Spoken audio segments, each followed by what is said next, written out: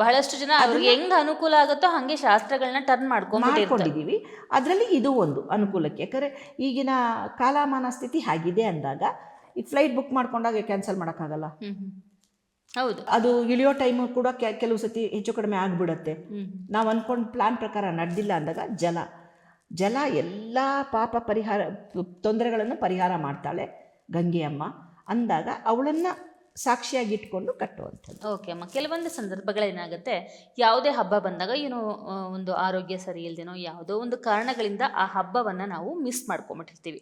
ಹಾಗೆಯೇ ಈ ರಾಖಿ ಹಬ್ಬ ದಿನ ಅಕ್ಕ ತಂಗಿ ಅಣ್ಣ ತಮ್ಮ ಇವರು ಮೀಟ್ ಮಾಡ್ಲಿಕ್ಕೆ ಆಗಿರಲ್ಲ, ರಾಖಿ ಕಟ್ಟಕ್ಕೆ ಆಗಿರಲ್ಲ, ಅಂಥವರು ಬೇರೆ ಯಾವ ದಿನನಾದರೂ ರಾಖಿಯನ್ನು ಕಟ್ಬೋದಾ? ಹಾಂ, ಹಬ್ಬ ಮಿಸ್ ಆದ ನಂತರ ಮೊದಲ ಬಾರಿಗೆ ಯಾವಾಗ ಸಿಗ್ತಾರೆ ಆವತ್ತು ಕಟ್ಟುವ ಆದ್ಯತೆ ಇದೆ. ಅದ ನಂತರ ಇಲ್ಲ. ಸರಿ, ಹಬ್ಬ ಮಿಸ್ ಆಗಿಬಿಡುತ್ತೆ, ಇನ್ನು ಯಾವತ್ತೋ ಒಂದಿನ ಸಡನ್ನಾಗಿ ಸಿಗ್ತಾರೆ, ಆವತ್ತಿನ ದಿನ ಈ ಆಚರಣೆಯನ್ನು ಮಾಡಬಹುದು. ಇನ್ನು ಪ್ರತಿಯೊಂದು ಹಬ್ಬಗಳಲ್ಲೂ ನಮ್ಮ ಹಿಂದೂ ಸಂಪ್ರದಾಯದಲ್ಲಿರುವಂಥ ಪ್ರತಿಯೊಂದು ಹಬ್ಬಗಳು ಇವಾಗ ಆಡಂಬರಕ್ಕೇ ಜಾಸ್ತಿ ಹೋಗ್ತಾ ಇದೆ. ಅಂದರೆ ಭಕ್ತಿ ಕಡಿಮೆ ಆಗ್ತಿದೆ, ಆಡಂಬರಗಳು ಹೆಚ್ಚಾಗ್ತಿದೆ. ಈ ರಾಖಿ ಹಬ್ಬ ಬಂತು ಅಂದರೆ ಅಣ್ಣಂದ್ರಿಗೆ ನಾವು ಚಿನ್ನದ ರಿಂಗ್ ಮಾಡಿಸ್ಕೊಳ್ಳೋದು ಅಥವಾ ದೊಡ್ಡ ದೊಡ್ಡ ಒಂದು ಹೆಚ್ಚಿನ ಮೌಲ್ಯದ ಬಟ್ಟೆಗಳನ್ನ ತರೋದು, ಈ ಥರದ್ದೆಲ್ಲ ಆಡಂಬರತೆ ಜಾಸ್ತಿ ಆಗಿಬಿಟ್ಟಿದೆ. ಅಂದರೆ ಚಿನ್ನದ ರಾಖಿ ಕಟ್ಟಿದ್ರೆ ಶ್ರೇಷ್ಠ, ಬೆಳ್ಳಿ ರಾಖಿ ಕಟ್ಟಿದ್ರೆ ಶ್ರೇಷ್ಠ, ಈ ಥರ ಎಲ್ಲ ಬಂದ್ಬಿಟ್ಟಿದೆ.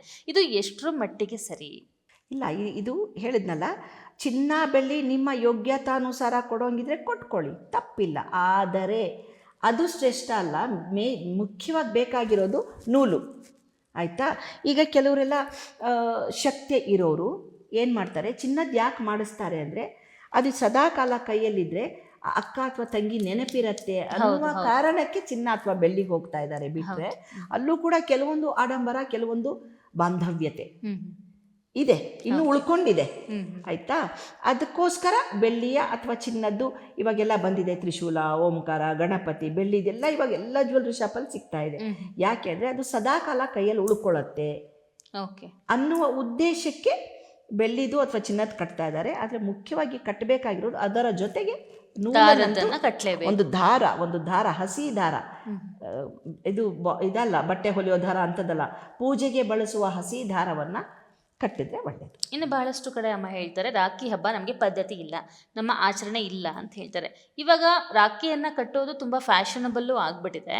ಹಾಗಾಗಿ ಈ ರಾಖಿ ಹಬ್ಬ ಆಚರಿಸುವಂತಹ ಪದ್ಧತಿ ಇಲ್ಲದವರು ಕೂಡ, ಅಂದರೆ ನಾವು ಇವಾಗ ರಾಖಿ ಕಟ್ಟಬೇಕು ಅಂದರೆ ಮಾಡ್ಕೊಳ್ಬೋದಾ? ಅಂದರೆ ಈ ವರ್ಷದಿಂದ ಶುರು ಮಾಡ್ಕೊಳ್ಬಹುದಾ? ಖಂಡಿತ ಮಾಡ್ಬೋದಪ್ಪ.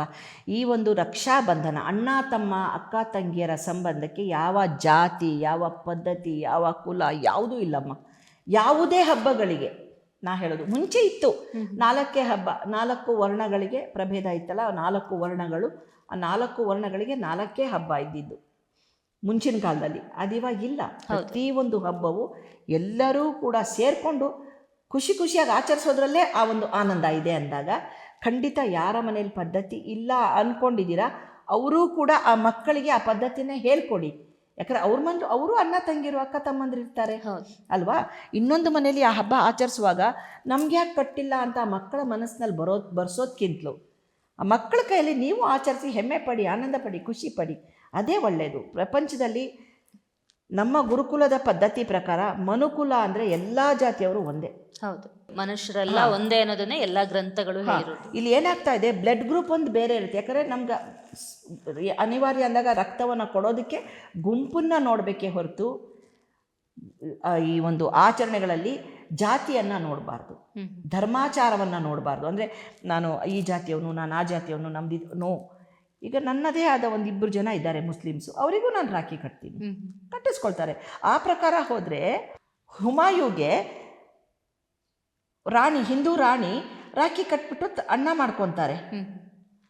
ಅಣ್ಣ ಮಾಡಿಕೊಂಡು ಆಮೇಲೆ ಅದೇ ರಾಜ ನನ್ನ ತಂಗಿ ಆದ್ಲು ಇವಳು ಅಂದ್ಬಿಟ್ಟು ಗುಜರಾತಿನ ಮೇಲೆ ರಾಜನಿಗೆ ದಂಡೆತ್ತು ಹೋಗಿ ಗೆದ್ದಿಸ್ಕೊಡ್ತಾರೆ. ಇತಿಹಾಸದಲ್ಲೂ ಸಹ ಪ್ರಾಮುಖ್ಯತೆಯನ್ನು ಕೊಟ್ಟಿದ್ದಾರೆ. ಹುಮಾಯೂಗೆ ಕಟ್ತಾರೆ ಅವರು ರಾಖಿಯನ್ನ, ರಾಣಿ. ಅವಾಗ ಯಾಕೆ ಅಂದರೆ ಅವ್ನು ಬಲವಾಗಿರ್ತಾನೆ ಆ ಸಂದರ್ಭದಲ್ಲಿ. ಅದಕ್ಕೆ ಕಟ್ಬಿಟ್ಟು ಅವರು ದಂಡೆತ್ತಿ ಹೋದಾಗ ಇವರಿಗೆ ಗುಜರಾತಿಗೆ ಹುಮಾಯು ಗುಜರಾತ್ ರಾಜನ ಮೇಲೆ ಹೋಗ್ಬಿಟ್ಟು ಯುದ್ಧ ಮಾಡಿ ಗೆಲ್ಲಿಸ್ಕೊಡ್ತಾರೆ ಅನ್ನೋದು ಹಿಸ್ಟ್ರಿಯಲ್ಲಿ ಬರುತ್ತೆ. ಅಂದರೆ ಅರ್ಥ ರಾಖಿ ಒಂದು ಬರೀ ದಾರ ಅಲ್ಲ, ಕರ್ತವ್ಯ ಬದ್ಧನಾಗಿರ್ತೀನಿ ಅನ್ನುವ ಒಂದು ಪ್ರಮಾಣ ವಚನ. ಅಂದ್ರೆ ಅಣ್ಣ ತಂಗಿಗೆ ಕೊಡುವಂತಹ ಒಂದು ಪ್ರಮಾಣ ವಚನ. ಅಣ್ಣ ತಂಗಿ ಇರ್ಬೋದು, ತಂಗಿನೂ ಅಷ್ಟೇ ಅಧಿಕಾರಯುತವಾಗಿ ಇಲ್ಲ ನೀನು ನನಗೆ ಅಣ್ಣ, ನೀನು ನನ್ನ ರಕ್ಷೆಯನ್ನ ಮಾಡಬೇಕು ಅಂತ ಕೇಳುವಂತಹ ಕೇಳುವಂತಹ ಹಬ್ಬ. ಹಬ್ಬ ಅಂದ್ರೆ ತಮ್ಮ ತಮ್ಮ ಪ್ರೀತಿಯ ಅಧಿಕಾರಗಳನ್ನು ಚಲಾಯಿಸುವ ಹಬ್ಬ. ಹೇಗೆ ನಾವು ಒಂದು ಡಾಕ್ಟರ್ ಆದರೆ ನಾನು ಇದನ್ನ ನಿಸ್ವಾರ್ಥವಾಗಿ ನಾನು ನನ್ನ ಒಂದು ಉದ್ಯೋಗವನ್ನು ಮಾಡ್ತೀನಿ ಅಂತ ಹೇಳ್ತಾರೆ, ಸರ್ವಿಸ್. ಅದೇ ಥರ ಪೊಲೀಸ್ ಡಿಪಾರ್ಟ್ಮೆಂಟ್, ಯಾವುದೇ ಡಿಪಾರ್ಟ್ಮೆಂಟ್ ಅಂತ ತಗೊಂಡ್ರು ಪ್ರಮಾಣ ವಚನ ಅಂತ ಇರುತ್ತೆ. ಅದೇ ತರಹ ಧಾರ್ಮಿಕತೆಯಲ್ಲಿ ಇವೆಲ್ಲ ಪ್ರಮಾಣ ವಚನಗಳು. ಪ್ರತಿಯೊಂದು ರಥಾಚರಣೆ ಇರ್ಬೋದು, ಹಬ್ಬಾಚರಣೆ ಇರ್ಬೋದು, ಎಲ್ಲವೂ ಪ್ರಮಾಣ ವಚನಗಳು. ಇದರೆಲ್ಲ ನಾವು ನೋಡೋದು, ಮುಖ್ಯವಾಗಿ ನೋಡೋದೇನು ಗೊತ್ತಾ, ಅನುಬಂಧ. ಅನುಬಂಧದ ಒಂದು ಎಳೆಯ ಆಚರಣೆಗಳು. ಅದನ್ನು ಹೊರತುಪಡಿಸಿ ಇನ್ನೇನೂ ಇಲ್ಲಮ್ಮ ಇಲ್ಲಿ.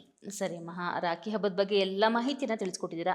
ಇನ್ನು ಕೊನೆಯದಾಗಿ ನಾನು ಹೇಳೋದಂದರೆ, ಇವತ್ತು ರಾಖಿ ಹಬ್ಬ ಇದೆ ಅಂದಾಗ ಎಲ್ರಿಗೂ ಅಣ್ಣ ತಂಗಿ ಇರ್ಬೋದು, ಅಕ್ಕ ತಮ್ಮ ಇರ್ಬೋದು, ಇವರಿಗೆ ನೀವು ರಾಖಿ ಹಬ್ಬದ ದಿನ ಏನು ಹೇಳಲಿಕ್ಕೆ ಇಷ್ಟಪಡ್ತೀರಾ? ಕೊನೆಯದಾಗಿ ಅವ್ರು ಏನು ಮಾಡಬೇಕು ಅಂತ ಹೇಳಿ. ಎಷ್ಟೋ ಜನ ಅಣ್ಣ ತಮ್ಮಂದರು, ಅಕ್ಕ ತಂಗಿಯರು ರಾಖಿ ಹಬ್ಬದ ದಿನ ನನಗಿವತ್ತೇನು ಇವಳಿಗೆ ಗಿಫ್ಟ್ ಕೊಡೋಕ್ಕಿಲ್ವಲ್ಲ ಅಂತ ಕೊರಗ್ತಾ ಇರ್ತೀರ. ಫಸ್ಟು ಆ ಗಿಫ್ಟಿನ ವಿಚಾರ ಬದಿಗಿಟ್ಟು, ನನ್ನ ತೋಳು ಬಲಾನೇ ನಿನಗೆ ದೊಡ್ಡ ಗಿಫ್ಟು ಅನ್ನೋದನ್ನು ಸಂಕಲ್ಪ ಮಾಡಿಕೊಂಡು ಆ ನೂಲನ್ನು ಕಟ್ಕೊಂಡು ಅನುಬಂಧಗಳನ್ನು ಹೆಚ್ಚಿಸ್ಕೊಂಡು ಇರುವಂತಹ ವೈಮನಸ್ಯಗಳನ್ನು ಕಡ್ದು ಹಾಕಿಬಿಟ್ಟು ಮುಂಬರುವ ಜೀವನದಲ್ಲಿ ಸಂತೋಷವಾಗಿರಿ ಅಂತ ಹಾರೈಸ್ತೀನಿ. ಸರಿ ಅಮ್ಮ, ಅಂದರೆ ಮಹಾಭಾರತದಿಂದ ಹಿಡಿದು ಈ ಕಲಿಯುಗದಲ್ಲೂ ಕೂಡ ಈ ರಕ್ಷಾ ಬಂಧನ್, ರಾಖಿ ಹಬ್ಬ ಅನ್ನೋದು ನಡೀತಾ ಇದೆ. ಈ ರಾಖಿ ಹಬ್ಬವನ್ನು ಹೀಗೆ ಮುಂದುವರಿಸ್ಕೊಂಡು ಹೋದರೆ ನಮ್ಮ ಸಂಬಂಧಗಳು, ವಿಶ್ವಾಸಗಳು ಉಳಿಯತ್ತೆ ಅಂತ ಹೇಳ್ತಿದ್ದೀರಾ. ಓಕೆ ಅಮ್ಮ, ಧನ್ಯವಾದ. ಇಷ್ಟು ಹೊತ್ತು ನಮ್ಮ ಕಾರ್ಯಕ್ರಮದಲ್ಲಿ ರಾಖಿ ಹಬ್ಬದ ವಿಶೇಷತೆ, ಪ್ರಾಮುಖ್ಯತೆ, ಹಿನ್ನೆಲೆ, ಹೇಗೆ ಆಚರಣೆ ಮಾಡಬೇಕು ಎಲ್ಲವನ್ನು ಸಹ ತಿಳಿಸ್ಕೊಟ್ಟಿದ್ದೀರಾ. ಧನ್ಯವಾದ. ನಮಸ್ತೆ.